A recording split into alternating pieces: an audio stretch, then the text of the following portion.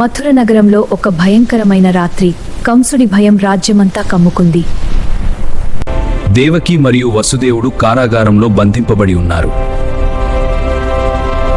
ఆ సమయంలో దివ్య కాంతిలో శ్రీకృష్ణుడి అవతారం జరిగింది. తలెత్తు దైవశక్తితో సంకెలలు తెగిపోయాయి. తలుపులు తామే తెరుచుకున్నాయి. వసుదేవుడు చిన్న కృష్ణుడిని తీసుకుని యమునా నదిని దాటుతున్నాడు. ఆదిశేషుడు తన ఫణాలతో కృష్ణుడిని రక్షించాడు. యశోదమ్మ ఇంట్లో ఒక శిశువు జన్మించింది. గోకులంలో యశోదమ్మ ఒడిలో పెరిగాడు చిన్న కృష్ణుడు. ఆ వేణువునాదంతో ప్రపంచాన్నే మంత్రముగ్ధం చేశాడు శ్రీకృష్ణుడు. ధర్మానికి మార్గం చూపిన దేవుడు శ్రీకృష్ణుడు.